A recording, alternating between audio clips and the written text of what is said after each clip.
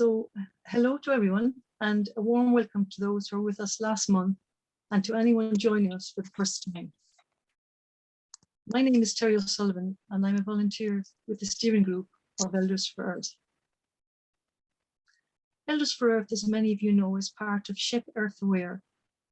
It was given its own separate name and identity to bring out the role that we believe older people can play in responding to the crisis facing us: climate chaos and biodiversity loss, and also inequality, injustice, and discrimination.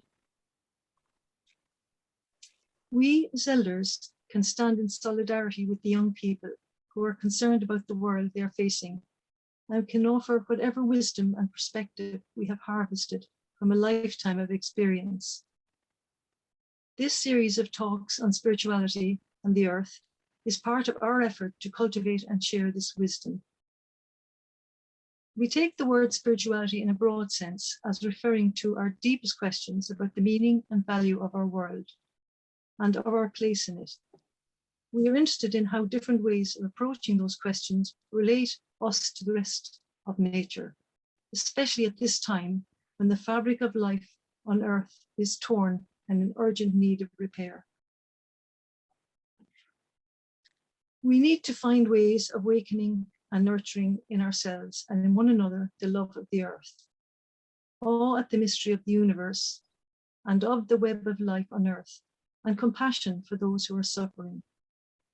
We, as part of that web, are interconnected and can support one another in working together, in committing to as just and as sustainable a way of life as possible. But if we are to be able to sustain ourselves and one another, we believe that we also need to cultivate inner resources that can enable us to face the future without despair. So in this series, we are asking people from different wisdom and faith traditions to share their personal view from within their traditions. Tonight, this is our fifth talk in the series, and our guest speaker is Dr. Ali Saleh. Hopefully I pronounced that properly, second name, Dr. Ali. And I'm going to now hand you over to Frank Dorr, who's a volunteer with the Elders for Earth Steering Group as well, and who will now introduce Dr. Ali. So over to you, Frank. Thank you very much, Terry. And it is my honor to introduce Imam Dr. Ali Saleh. Dr. Saleh is a graduate of the Royal College of Surgeons in Dublin, but he's also, and I think probably much more importantly, a religious scholar.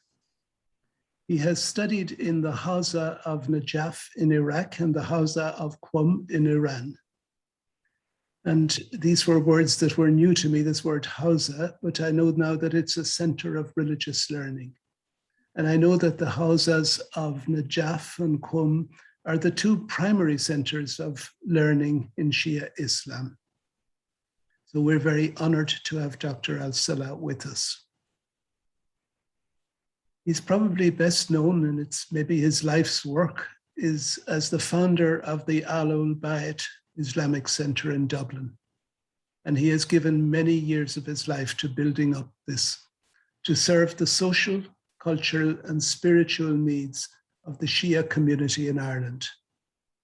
That Shia community number perhaps 6,000 or so.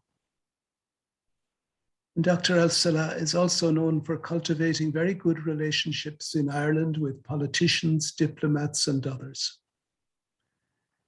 He's a member of the Irish Council of Imams, which brings together the different Islamic traditions. And on that council, he represents the Shia community. So we're really grateful to him for taking time out from his busy life to speak to Elders for Earth. The title of his talk already challenges us to understand the word Muslim in a way that many of us might not have been used to before. The title says, what does it mean to be Muslim to the earth? So that certainly set me back on my heels and put me searching Google to see what exactly does Muslim mean and what does it mean to be Muslim to the earth. And because I got intrigued by that, I'm really looking forward all the more to hearing Dr. Saleh. So I hand you over now to Dr. Saleh to explain what does it mean to be Muslim to the earth. Thank you, Frank. Thank you, Terry. I would like first allow me to thank you for your invitation and to give me this opportunity to talk to you about this very important subject, which show the real nature of our faith, actually. Because people, when they talk about religion, usually the first thing comes to their mind that servicing Allah subhanahu wa ta'ala, worshipping Allah, going to the mosque or attending the church or synagogue. Very few they discover that being religious, being good to your community, or being good to your nature and to the earth. And allow me to start first with the spirituality. And I don't know why you connected to the elder. What I have seen is very young people here, very good faces. We in Islam think a man is in struggle in his life between his desires and between his spirituality. And why, when we got a little bit older, we start to feel the need for more spirituality? Because the desires fed up. Our strength, our physique, our needs become less. We are not in need more for food. We are not in need more for sex. We are not in need more for fighting others. So this is the time where now our spirituality flourish and find a space to show itself. And there is one pyramid, they call it Maudsley pyramid. We have studied it in psychiatry, in medicine. Maudsley is one famous physician. And they said the first needs, we felt it, is the physical need. Immediately we feel the need for food. Immediately we will feel the need for shelter if we felt cold. Immediately we will feel the need for having partner or fun. And they said those physical need or instincts, or in Islam they call it the animal side of a human being, very easily known to us. I can feel it immediately, and I can feel what does it mean immediately. I know what will solve its problem immediately. To go to the fridge and taking one sandwich, I will solve the problem of feeling hunger. I will take my overcoat or the blanket to let me feel warm, or to sleep to my partner or wife to get some fun. But when it comes to spirituality, to the spirit and the soul, they said, here we have the problem. It's need very difficult to know. There are certain needs very easily to know. The love, the respect, the tolerance. But there are some secrets in our souls. In Islam, in the Holy Book of Quran says, only the one who created us know our all secrets. And so he is the only one who can guide us what make our soul happy and what make bring tranquility to our mind, and what in Al-Quran saying, Al-Qalb al-Mutma'in, the heart which feel peace and tranquility. And in the Quran, the Holy Book of Quran, when they talk about soul, sometimes they mention the heart, maybe because the heart, the first organ in the body, will feel the effect of the soul by speeding the heartbeat or by feeling panic or like this. So in Al-Quran Karim, they call the soul the heart, and they refer it the tranquility in the heart, the peace of in the heart.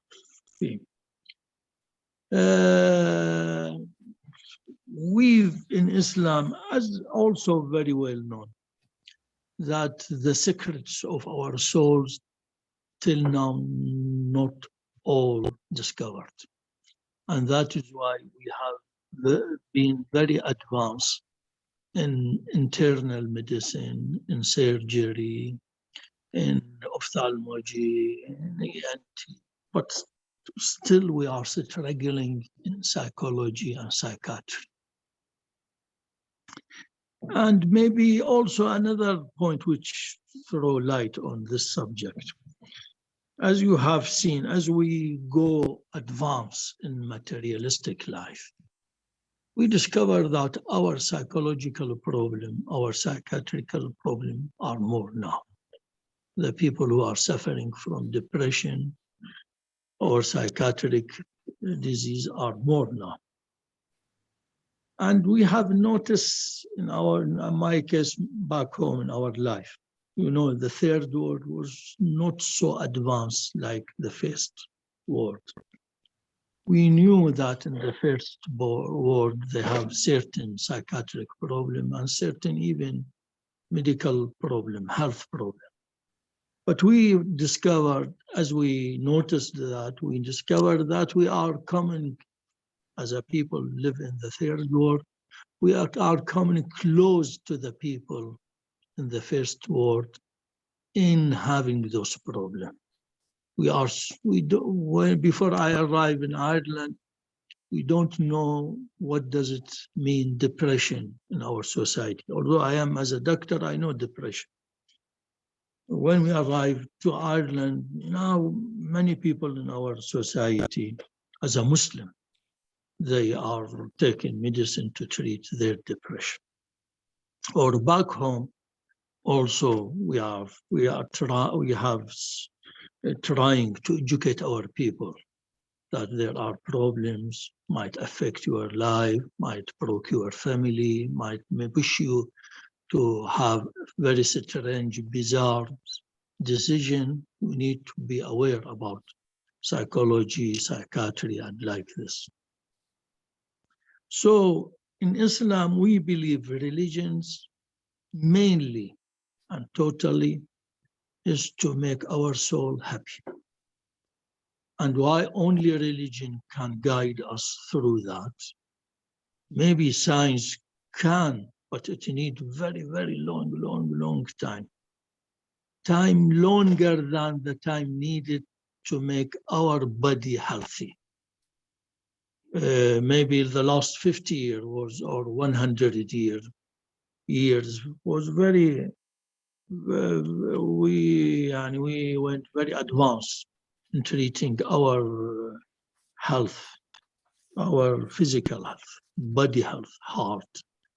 But in psychology, in psychiatry, regarding the soul, it needs longer if we leave it to the science. Until still we have secrets. Still we have secrets. And that's why we have one good, beautiful quotation regarding the soul, challenging the mankind, saying, look, soul is belong to God.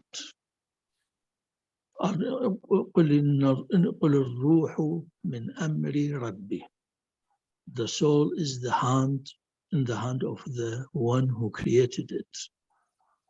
Very easily to understand and study the anatomy of the body. Very easily now to reach and study physiology, chemistry of the body. But very difficult till now to know the nature of the soul. And in Islam, putting those three beautiful stages. First stage is to make our body grow healthy inside the tummy of our mothers. And in second stage in this life after birth is to let our soul grow and got the capability while enclosed inside our body. Our body before inside the body of my mother. Although I have soul, but not that with a feeling and sensation, very primitive. Why? Because mainly they want us to come to this life healthy, with healthy body. The same in the second stage, while we live in this life. They want us to live a healthy life so our soul will grow. So can go to the third stage, where we will go by our soul only. And we will leave our body in this dunya. As if we are having three-stage missile or spaceship. Or first stage of that missile will lift us to the horizon of this planet. Then the second, and in each stage we get rid of the tool or the which take us to that, which took us to that stage. We get rid of our mothers. It means we separated our body from her body. And with death, we are separated our soul from our body. Then our soul will continue the journey. And the journey of the souls, as we have seen it now, is getting elderly and getting rid of some of body desires. We discover the souls also can enjoy the life. And in Islam, telling us, actually enjoying the life, the upper hand is to the soul, not to the body. Islam calling the happiness caused by body, name it joy, mut'a, joy. I enjoy the food. I enjoy the sex. I enjoy the money. I enjoy, but doesn't necessarily the food or the sex or the money will bring me happiness. And the secrets of making that joy converted to happiness is how to make that joy touch the soul. Because the upper hand in the happiness for the soul. If the soul became happy, then that joy will be eternal. For example, Islam given us, if I have money, I will have the joy of money. But how I can convert that joy to happiness? They said, I can make that money serving the community, serving my family, supporting the poor, building school. The joy of money or sex, short-lived.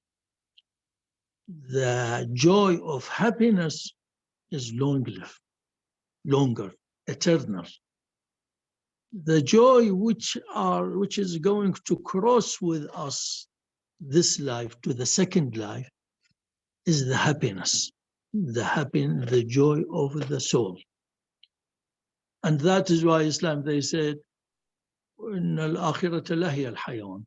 You think you are, this is the life, you want to enjoy this life most, but you need to know the real life is your journey to Allah as a soul.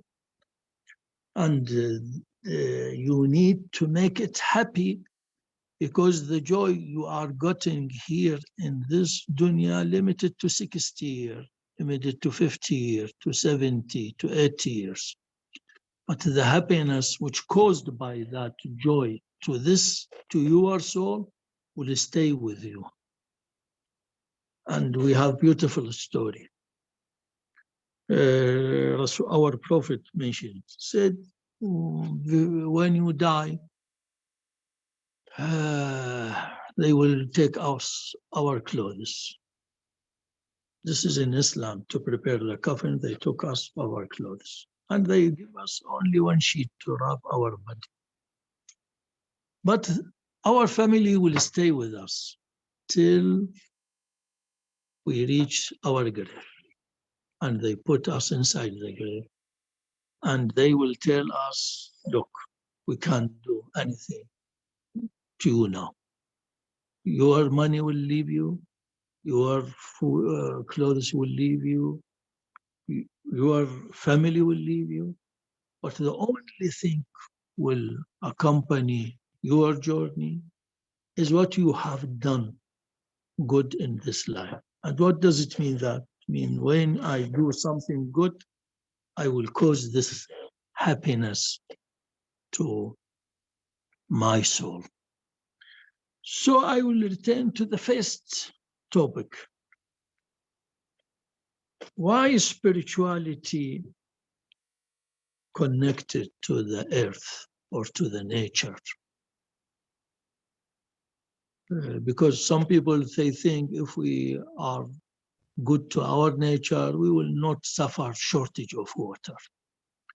We will not suffer ozone problem, for example, or climate changes. No more flooding, no more hurricanes, for example. But in Islam, this point is deeper. Took it deeper. Took it through what I have said. Our journey will not finish with the second stage. First stage, 9 months. Second stage is maybe average 70, 80. It will go to the third stage. And many factors in this life, in the second stage, is going to affect our soul. It is like in the intrauterine life, many factors are going to affect our body. If my mother exposed herself to X-ray, my body might be affected.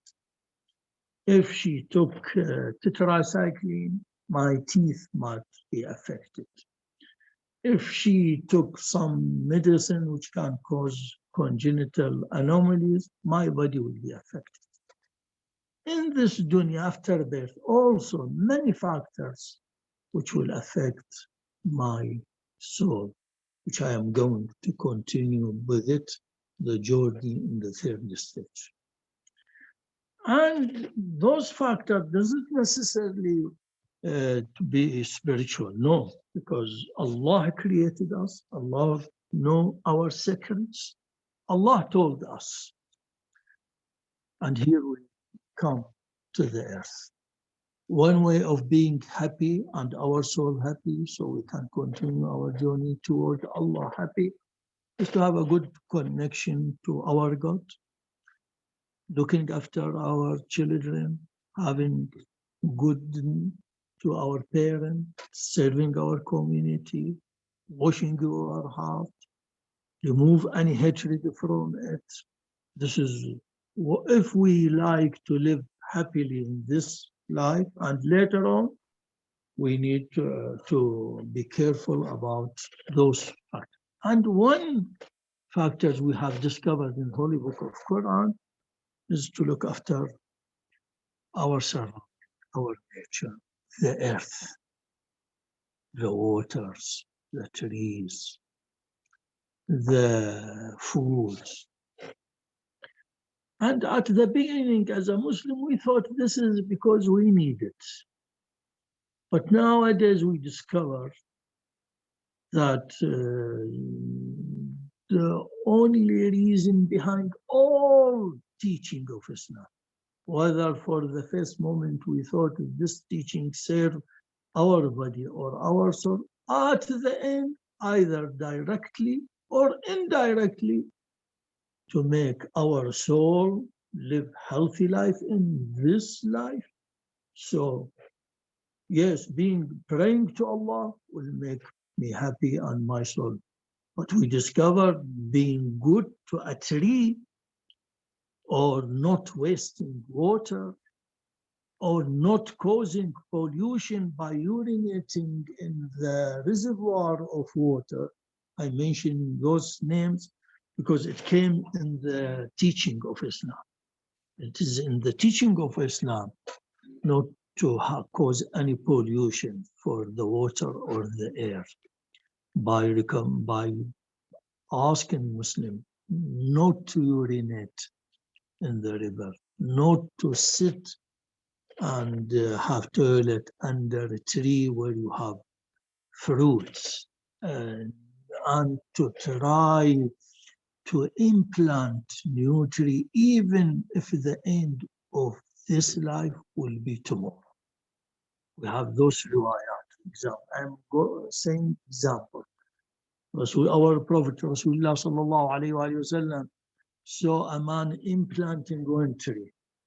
He told him, look, if I am sure I am going to die tomorrow, I will implant this tree today. And he told him also, if I am certain tomorrow will be the end of our life, the end of the planet, I will implant this tree. And this showing that the implanting tree is something bigger than preserving the nature of on this planet, something touching my journey toward Allah subhanahu wa ta'ala. That is why I will implant, I will put the seeds inside the soil on this plant, even if I am dying after 2 hours. I will implant a tree, even the end of the planet is tomorrow. So, sorry, excuse me. So what does it mean that? It means that preserving, being good to the nature is not only good to the earth or good to society, which is proved by science now. It is good for my journey toward Allah subhanahu wa ta'ala. It is good when secret behind my soul heart to have the tranquility and to have the peace of mind. So now we come, what does it mean? We have seen what does it mean being spiritual? What does it mean spirituality to the earth? And we need now to know what does it mean now being Muslim to earth. Being Muslim to earth, to me, it has a religious duty to protect the earth, not a political duty. It is not a job left to President Trump, crazy people like President Trump, to increase his wealth or to increase his money. He's ready to risk the life on this planet. So he discontinued the participation of United States of America in those treaties which protect the earth. So it is not a duty for religious people only. It is a duty for any human being, any mankind want to get happiness before getting the healthy air or clear air, before not polluted air. Because we can argue, some people saying, oh, so we have many problems. What is the problem if we live in polluted? What is the problem if we have flooding? Let us ask. But when many people can say that, but no people can say, okay, I want to live in misery. I want to live in depression.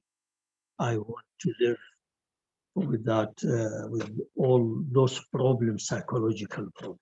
Everybody actually Terry mentioned the questions which we have in our mind as a human being.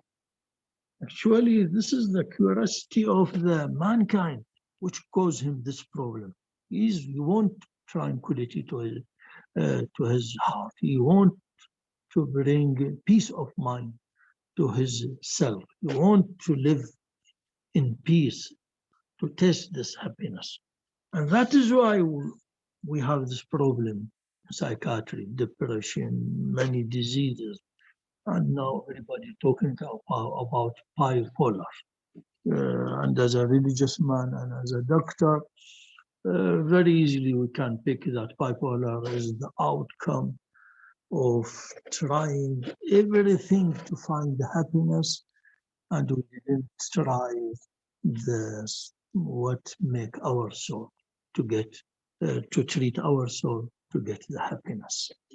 We tried the drug, we tried alcohol, we tried money, we tried holiday, we tried many things, but we don't have time to listen to Jesus or Moses or Muhammad to give us.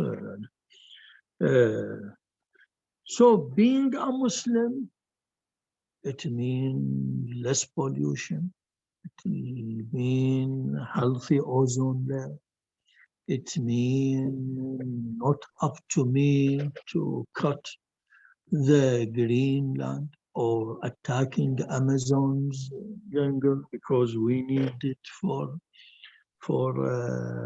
residential area or like this.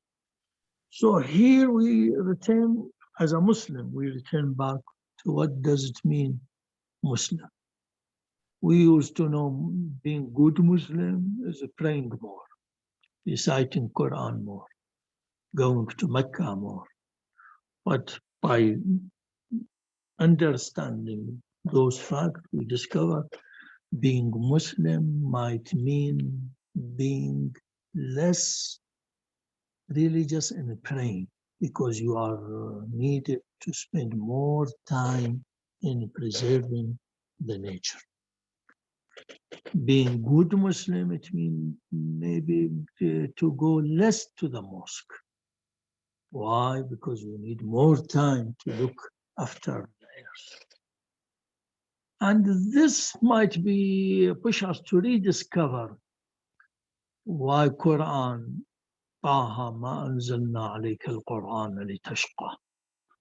In one verses in the Quran talked to our Prophet Muhammad, telling him, "Oh Muhammad, we haven't revealed Quran to you to spend your time worshiping Allah. You have a job bigger than this." And we discovered from our Muhammad riwayat saying how many people, our Prophet saying that, how many people reciting Holy Book of Quran, but while they are reciting Holy Book of Quran, Quran is cursing them. How many people they go to Mecca and they go around Kaaba, but they don't have from that other than the noise and the chaos. How many people they pray and their prayer will be taken as old clothes and will be thrown to them. We as a Muslim now, we are rediscovering our faith. We now need to know the religious communities, the community where you see the women's rights are more respected. Tolerance are more flourished. Human rights are more respected. So that is why very lovely a study, I don't know where made, either in one Western university by one Muslim. Which country is more stick to the Islamic teaching? And that study, I tried to find it and to put it on. Although I'm very bad in technology, they put Ireland, not Muslim country, not Pakistan, not Iraq, not Iran, not Egypt. They put Ireland as the first country where the Islamic teaching are applicable. And sure, they don't mean that Irish people are praying, go to mosque more or recite Quran more. No, they mean the teaching is the ethic, the behavior, the way they look after the nature. The way they look after the human right, women right. So allow me to speak more about the earth. In Islam, Islamic teaching, earth, water, sun came in names, not by general name. For many times in Holy Book of the Quran, the sun, the rivers, the oceans, the seas are mentioned in the Quran Kareem. وَالشَّمْسِ وَضُحَاهَا وَاللَّيْلِ إِذَا تَلَاهَا. Allah swear by sun, by night. وَالْبَحْرِ إِذَا اسْتَوَى. Talking about the sea, talking about the importance of it. Also, our Prophet, when it taught us, although in Arabian Peninsula we don't have rivers, we have only wells. But in the teaching of Islam, many times our Prophet mentioned us, don't urinate the rivers anyway, don't pollute the rivers, don't detach tree, implant tree.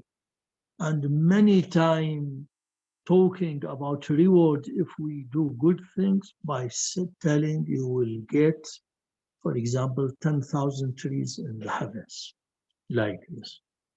So what does it mean? I return back. What does it mean being Muslim to earth? What does it mean Muslim to Ireland? What does it mean more Muslim in Ireland?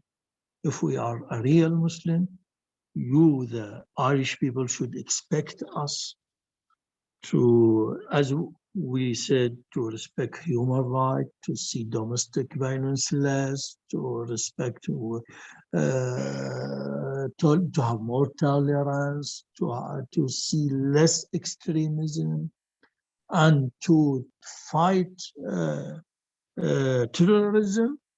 Also, you will see us respecting the nature, respecting the river, not doing pollution, going for solar energy, for example. And I don't need to tell you that we are planning here in our mosque to have the solar energy and to get the hot water from Earth Bay also. We are thinking, and although the budget needs to be very high, but we are thinking really about it. And we are encouraging our people for recycling, for example. Although the government has put those regulations, but I hear Friday prayer in my ceremonies, many times I encourage the people to do the recycling and to respect the trees. And I think I didn't talk a lot about what does it mean, but I put it through this big subject, which I think it will become more convincing to us and make looking after our earth is more important to us. I will stop here, and I would like to hear from you, and if you have any questions about what I have raised in this few words I mentioned. Thank you again. Thank you, Dr. Ali. I think there is already a question from Pat McCarthy. If you want to unmute, Pat. That was an accident. Oh, sorry. Sorry. Yeah, my hand goes up. I don't know why, but sorry about that. Okay, thank you.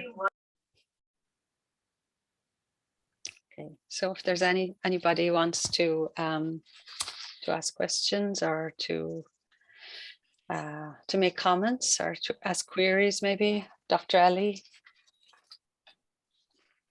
I'm You just, can unmute. Yeah. yeah, I might just say there seems to be a lot of forces of fragmentation and disintegration in the world and in many levels today, in nature and in society. And I'm just wondering, is there a Muslim teaching to explain that? And also, I'm just wondering, is it maybe part of God's plan? Is this actually something that needs to happen so that we get to a better place? You know, do we need to go through this? I am sure one of the Islamic teaching is, which is very important, saying ذَلِكَ بِمَا كَسَبَتْ أَيْدِي النَّاسِ. We created you, we put to you the laws, we know the secrets, we guided you, but all what is going to happen is from your hand. So it is very easy to throw the responsibility on God. But if we want to be wise and if we want to solve the problem, we need to take the responsibility. In Islam taught us about two ways. They said an-nafs al-lawama and an-nafs al-mutma'inna. They said the self or the people who blaming others and the people who blame themselves first. To know the secret, one secret of this life happiness is to learn this. Always blame ourselves. They hit my car, very easily to say they are not driving very well. But they said to bring your car to your house, said, I am, because I didn't pay attention, I need to be careful. And that's why in Islam, Quran teaching us to be from the peoples who's an-nafs al-lawama, the people who always seeking the fault in themselves, to say, I was wrong. You see, even when others do mistake against me, even when very clearly others are faulty, very easily to come to myself and say, look, don't blame others. Always let me check with myself. So I think there's a lot of disintegration as we go advance in this materialistic life, as we go more looking for only good economy, not good heart. To have good economy only to our people.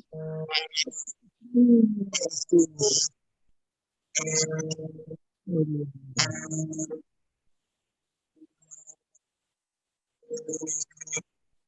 from me or is it from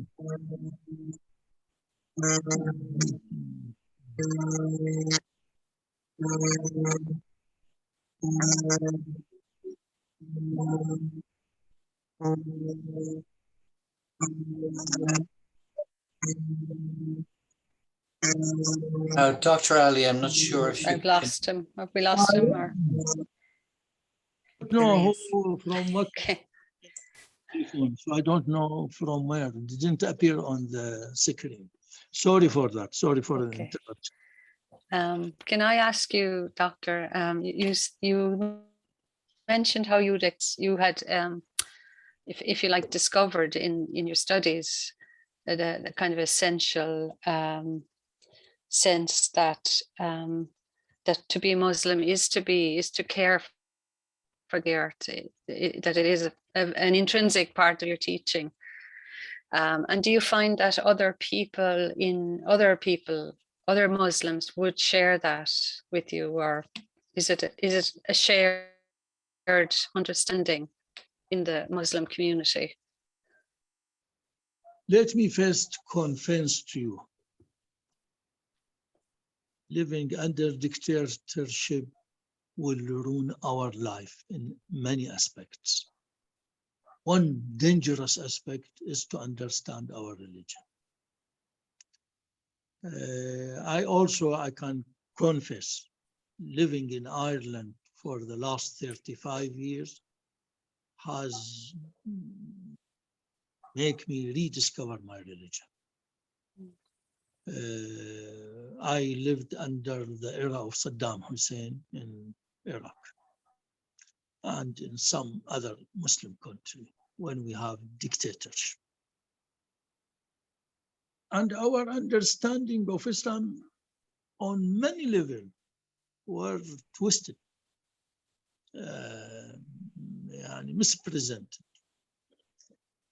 And I can assure you what you have seen of extremism, terrorism is the outcome of dictatorship.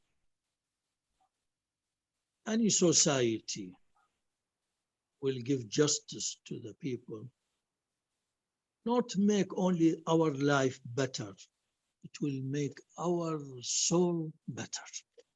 And this is another meaning for having, we want justice for ourselves, for others. Because by living this life, by having good drink, good housing, good car, good roads, that's not enough to bring that happiness to. Seeking justice, helping people who seek justice for their life. And that is why now every time I visit Iraq and I hear them complaining, I tell them always, firstly, protect your democracy. Democracy by itself is going to make you change. And that's true. Now, after 17, 18 of sacking Saddam Hussein, when I go to Iraq, I see people are rehabilitating themselves. Are now they mean more. What does it mean being good to your wife and to stop the domestic violence? You see? So I maybe spent 35 years here before I can hear me saying this. I can assure you, our people, I see the changes. Sure, I see the changes. We need to be patient. We need to guide them more, be tolerant more with them. For example, I am the clergy of this mosque. When we arrive, I have seen many members of this use fake documents, fake insurance. They jump off paying tax. They don't pay TV license. They don't, sometimes they break the law while they are driving at midnight. But I can assure you, with the time passing, I have seen those images fading, disappearing. I have it here now for the last few years, some people asking how to fake TV license or how to, although before 35 years when we arrived, those questions popular when we sit together, you see. Or before, they ask you how to jump on tax, not to pay the tax. Now, the more the question, how to know the details of paying tax, you see. So, which is mean we are changing, sure. And believe me, those, this is one problem with the soul. Changing the knowledge very easily. To join our course, your knowledge will be changed. You will know some information. Correcting the wrong information, very easy. But correcting wrong behavior, very difficult. Wrong information, very easy to tell us what is the correct and this is wrong. The correct information is this, finished. We changed our mind. But the behavior, and this also led us to the soul. Soul is not only, if I am greedy, it is not enough to know very good to be generous. No, I need to practice generosity many times. And I will see changes every time.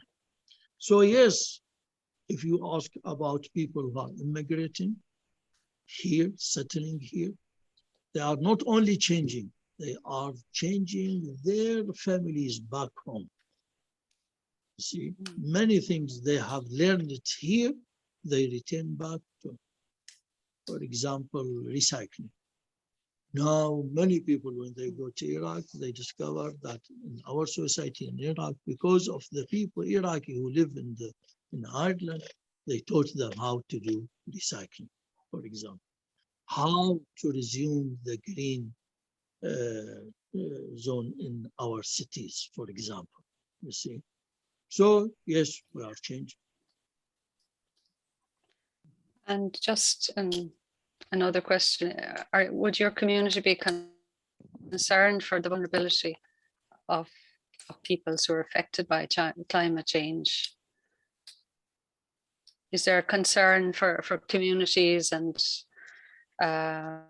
whole peoples who are affected by climate change in this world, whose life, maybe their lives will be cut short by climate change? Yes. For example, although this is a positive thing, everybody admiring the good weather in Ireland this summer, for example. But back home in Iraq, the temperature is soaring. They are talking Irish Time yesterday, or some BBC yesterday talked about traffic policeman standing under the sun. Temperature is more than 50, and he's guiding the cars and like this. Now, yes, people, although we thought those climate changes, pollution, we thought those topics are only for civilized communities, or even in civilized communities, they are for highly educated people. But no, I can assure you, as a clergyman, talking with different group of people, different level of education, I think climate changes, pollution, high temperature, ozone is a general public, what you call knowledge or education or culture. Now, those topics are not strange topic. Very easily to talk to any member of our community about ozone. And one benefit of Corona, that ozone gap is now, the ozone layer hole now is healing. Like you don't need to explain what does it mean that to them. They understand. Thank you. Is there any other questions? I don't want to hog. I don't want to hog the discussion.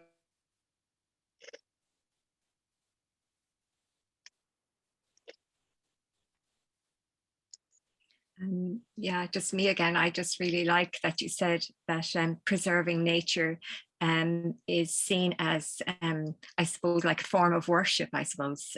You know, you were saying it's almost preferable to praying in the mosque.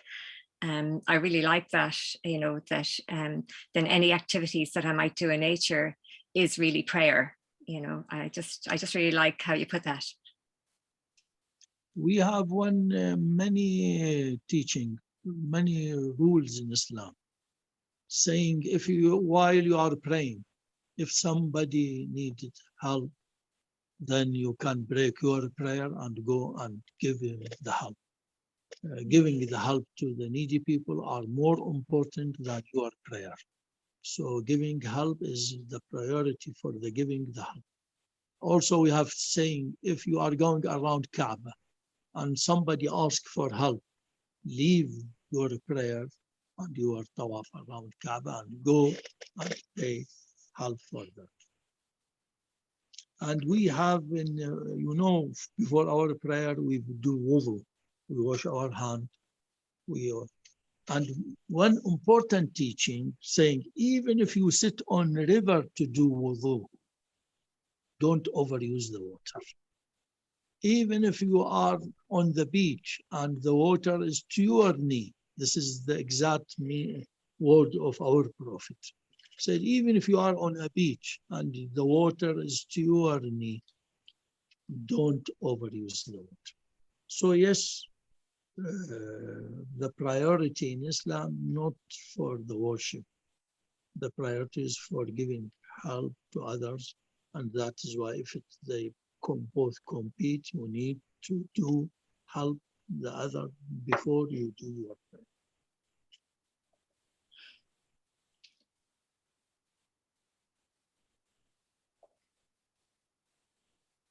I might come in with a question there, Joan.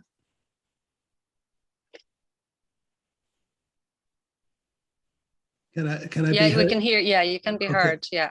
So I'm not sure how to phrase the question, Dr. Ali, but I'm thinking in the Christian world, and especially in South America, in fairly recent decades, a new understanding of sin and evil seemed to develop under the heading of liberation theology, where it was no longer seen only as a personal thing, but that our personal sins became externalized, as it were, in the systems that we live in.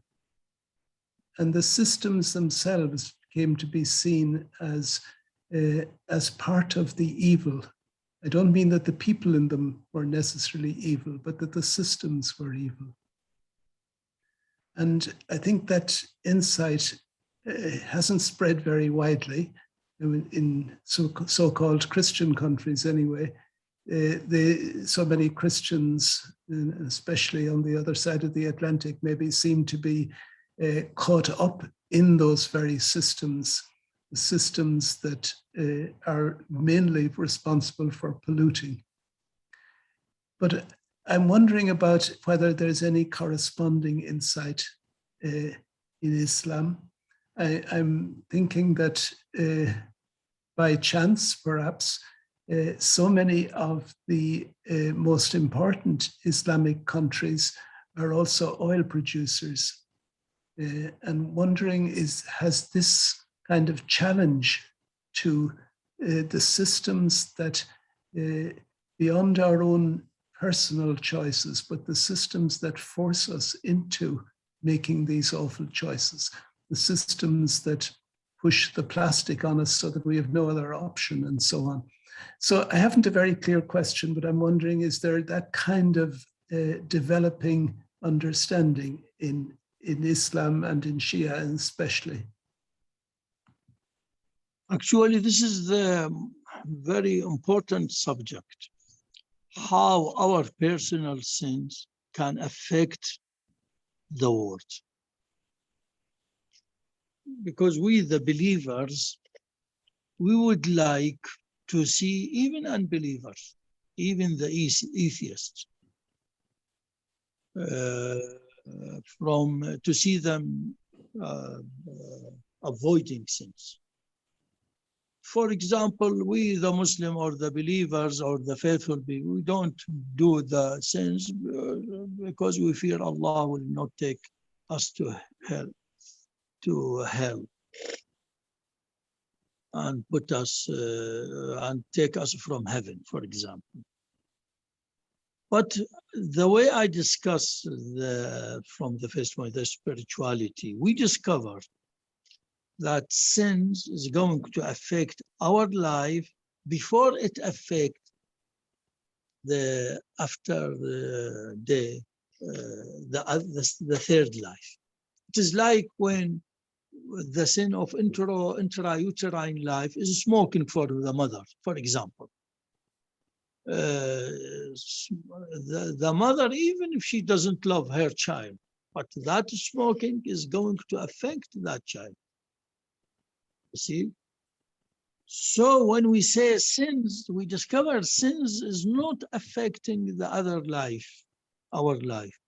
Is going to ruin our heaven or life. No, it is going to ruin our this life, the second life, the dunya on this planet.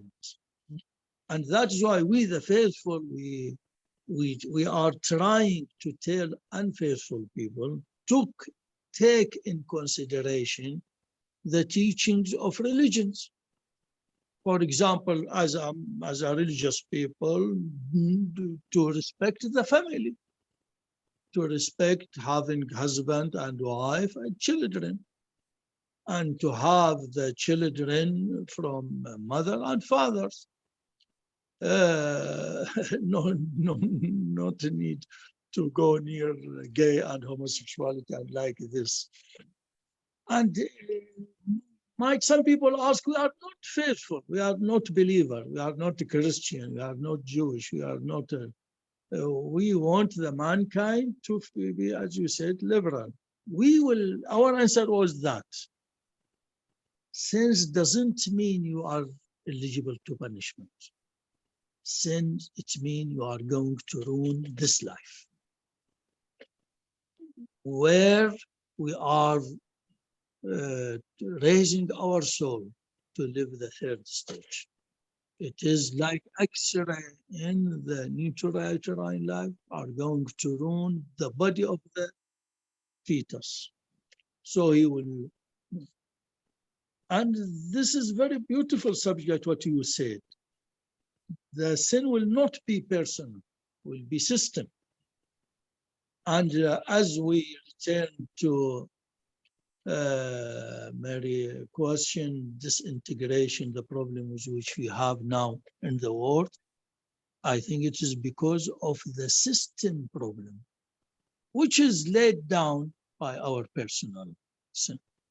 When we vote about having children outside marriage, for example, as in my case in Islam, it means I am systematically putting adultery in the system and make it a system. We are making, so it is very beautiful what you are saying, converting the sin from personal problem to a system, where even if you are not committing the sin, you are going to suffer. We, the believers, the faithful people, we are saying this will not going to avoid the problem or the chaos or the harm caused by the sin. This is going to make the harm of the sin universe. You see? So it is true. And it is, you know, it is not only in the Muslim country where we have oil. Now, because of globalization, this problem is reaching even the most conservative Muslim country. There are pressures on many conservative Muslim country to legalize those sins. We have pressure on Turkey, on Iran, on Iraq, on Saudi Arabia, on like this. So what you are saying is true. Beautiful subject.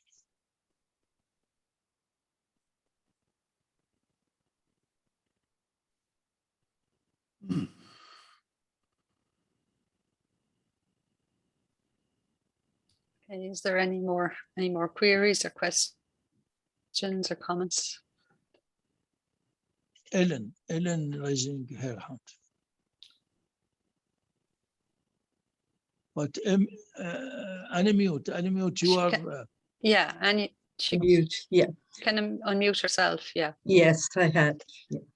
So I just want to say thank you so much for this very, very beautiful talk this evening, Dr. Ali.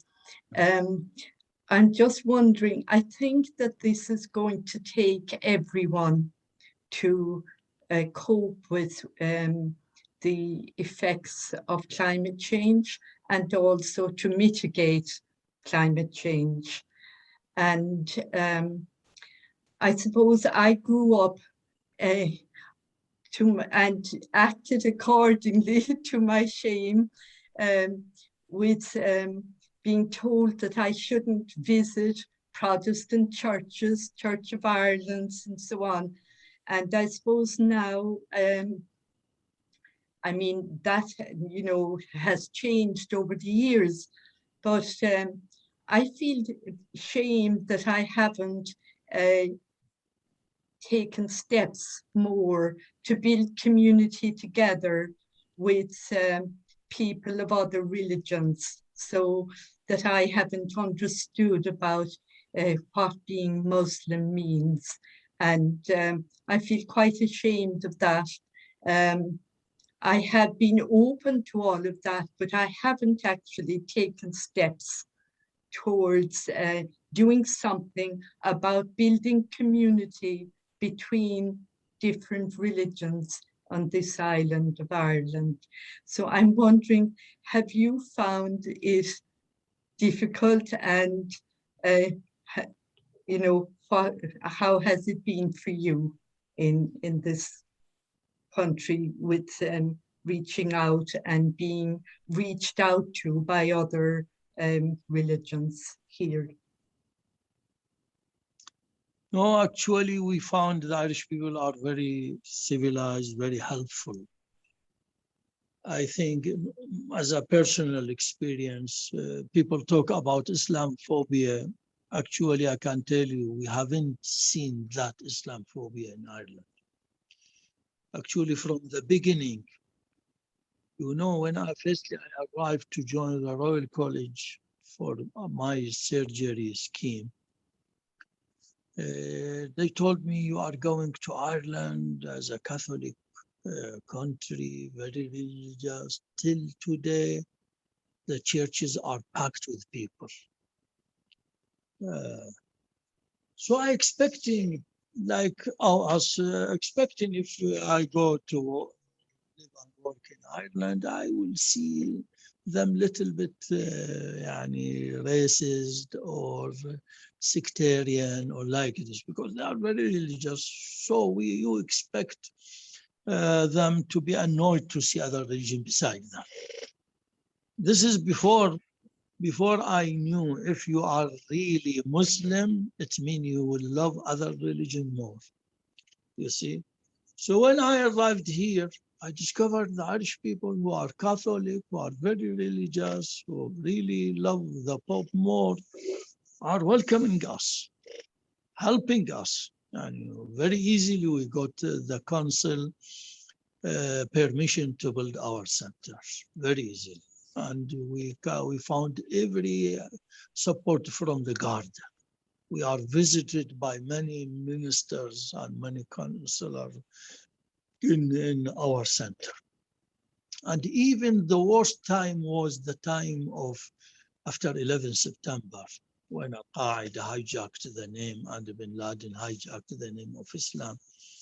And it was very, till today, I remember on the evening of 11th of September, a family came with a bunch of flowers, came to the front door.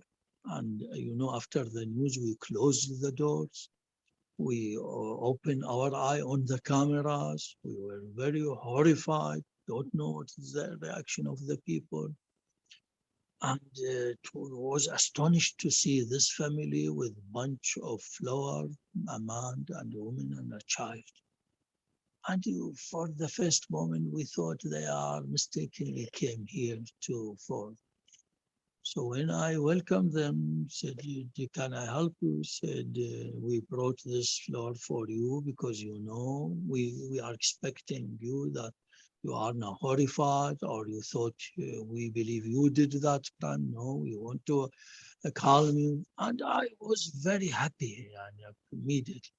And I asked them to wait. And I went into the mosque and I invited the people who were there to come to meet this family so they will see the real feeling of the Irish people. Actually, we are really very, actually the Irish people helped us in how to reach out. I remember from the office of Prime Minister at that time, Bert Aher, there was one member devoted to interact with the churches and with the mosque. He taught us how to form the Council of Imam, or the Interfaith Council, how to raise our voice, or how to contact the media, or to give us our names, our telephone to the radio stations, to the newspaper, so we can defend ourselves. Actually, we learn a lot from Irish people in Ireland. We got a lot, every hand. And that's why we are grateful. We don't feel that we are lucky to that our. I was infected by corona, and the day they removed the intubation from me and I got awake, the nurse told me today is the 27 June 2020. Remember it as your second birth date. It was at 12:45 noon, 12:45. And I told her, no, this is not my second birth date. This is my third birth date. Said, how it come? Told her my second birth date when I arrived to this country. When I land, I put my feet in Dublin airport. At that time, the terminal was only that small terminal. If you remember, I think the B section, in B section, that was the. So thanks God, we are with the civilized people. We don't have any problem. We are learning from Irish people.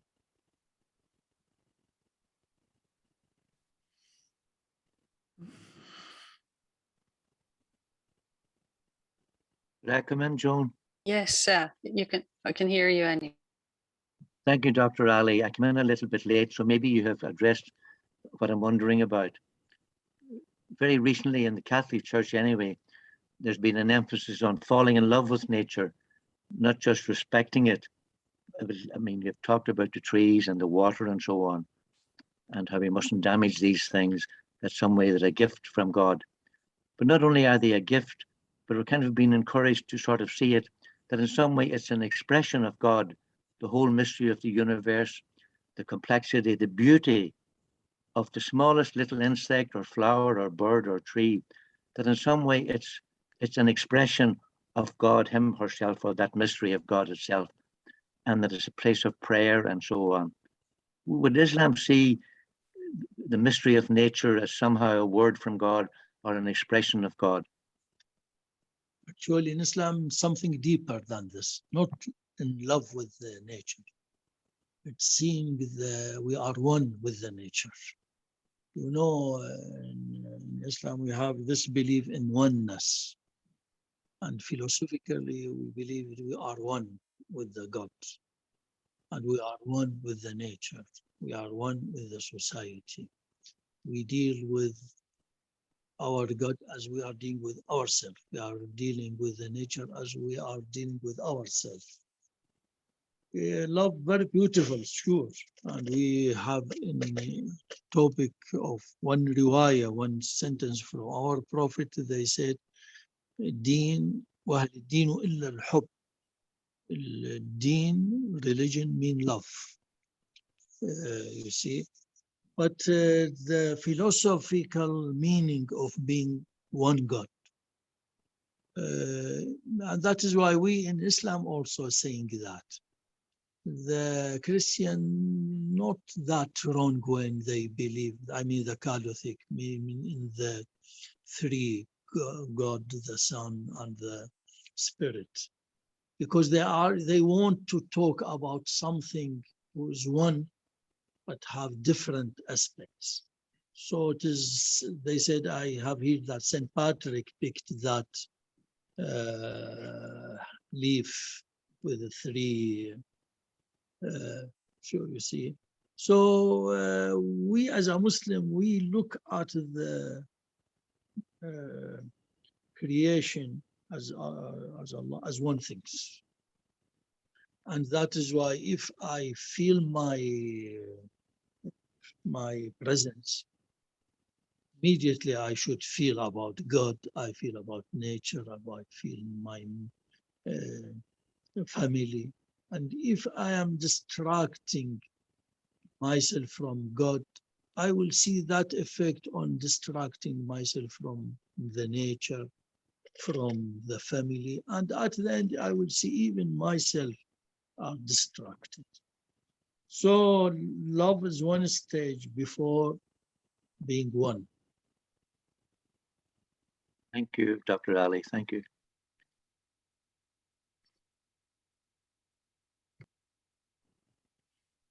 Can I come in again? You said, you were talking earlier about, I think the need or the journey of the soul was towards happiness. And you also talked about depression being very prevalent. And I'm not sure if you were saying that depression was maybe a sickness of the soul, but you're talking now about oneness. So if everything is one, I'm just curious, like if depression could be seen as like really a sickness of the earth, you know, of the earth and the water and the air, and also, you know, what's happening to our human family on the earth, rather than it being an individual sickness. Yes, because while we are one, while we are with the earth, sometimes we like to be selfish. It is like the amoebic body. Some piece of the amoeba want to cut itself from the main bulk of the body, you see. So those things, the depression or the problem of the persons are the problem of feeling selfishness. And that is why they said, one way of getting misery, how much you become selfish, think about yourself. How much you think about others, not yourself, you will be more happy, you see.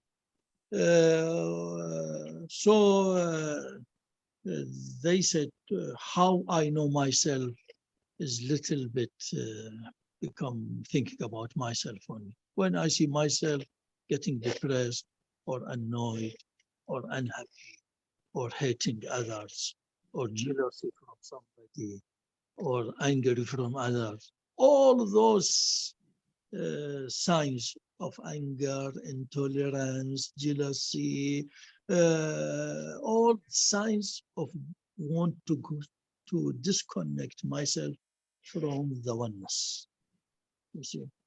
And that's why they said, if you want to treat all those problems, not to be very angry, to be generous, not greedy, to be forgiven, not always come to the oneness. Don't.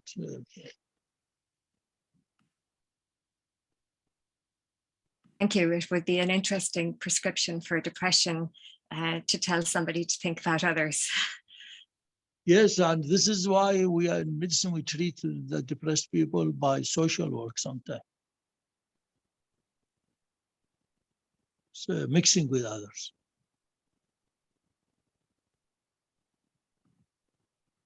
Thanks, Mary.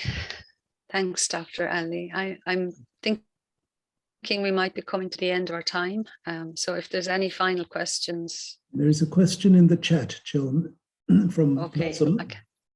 A long question. All right.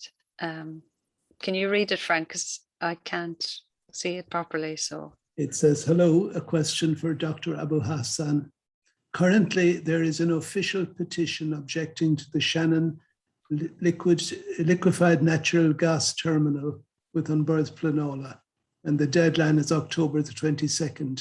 Irish people already said no to fracked gas in Ireland, but foreign companies are trying to get a fracked gas terminal to store gas and to build it in Tarbert.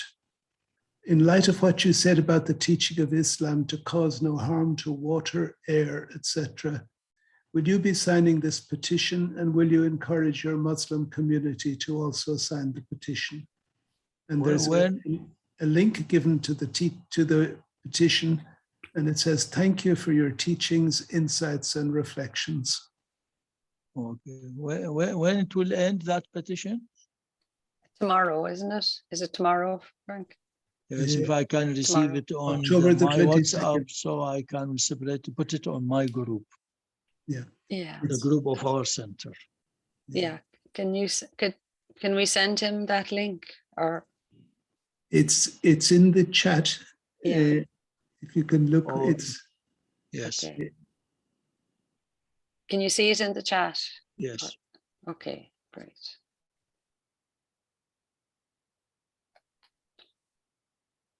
Okay.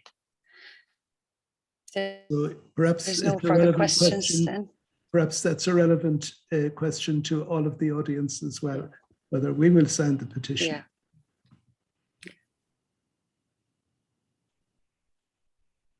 I just say about that link, it doesn't actually go to a petition so far as I can see.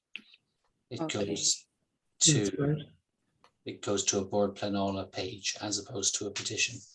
So perhaps Blossom, if you have the direct link to the petition itself, that might be useful for us.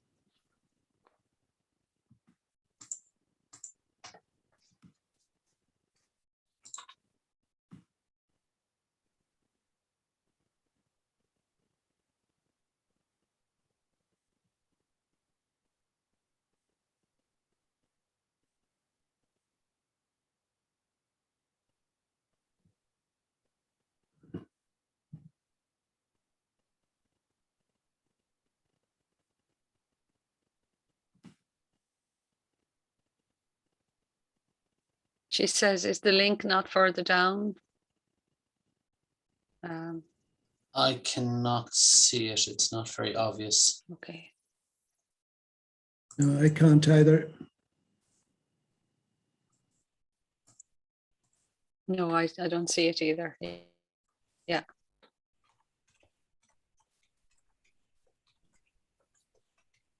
So perhaps if Blossom can't give us the reference, a Google search might find it. Okay.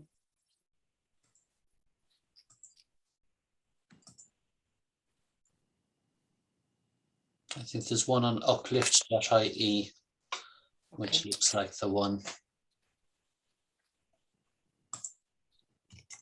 So I think this might be it. Oh yeah, I think it's up now, is it? Yeah. Can everyone see that? Yes, I can see it, yes. Yes.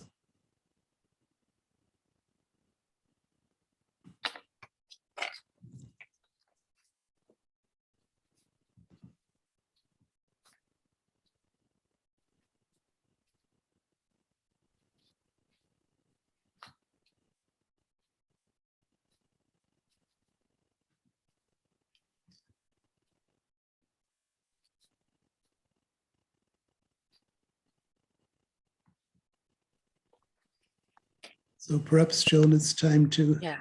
bring Okay. it to an end. Thank you very much, Dr. Ali, for a very interesting and, in a sense, unusual talk. And you've brought, I suppose, a perspective I haven't been familiar with as a Muslim perspective. And I just found it very exciting in some ways, very exciting to hear the possibilities and the thinking that you find in your own faith. And thank you for sharing it with us. So we have another talk next month, and I think Alan's going to put up the poster for it. Oh, hang on a sec, there's a message. Oh, it's just thank you. Yeah. Okay.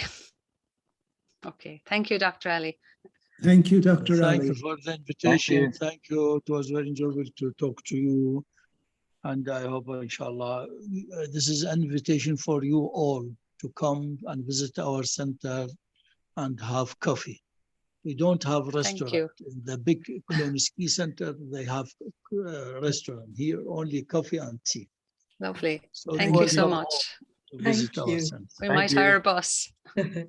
Thank you. Thank you. Thank you very much. This is Bye the bye. main hall of our center. Yeah. So this is the poster for our next talk on the 17th of November. And it's given by Sister Kathy Cunningham, Dreaming with the Earth, the Vision of the Mercy Sisters, the story of Porkatubber Ecology Centre, Rosscarbery. So we look forward to seeing you there, hopefully, as many as possible. And thank you for attending tonight's talk.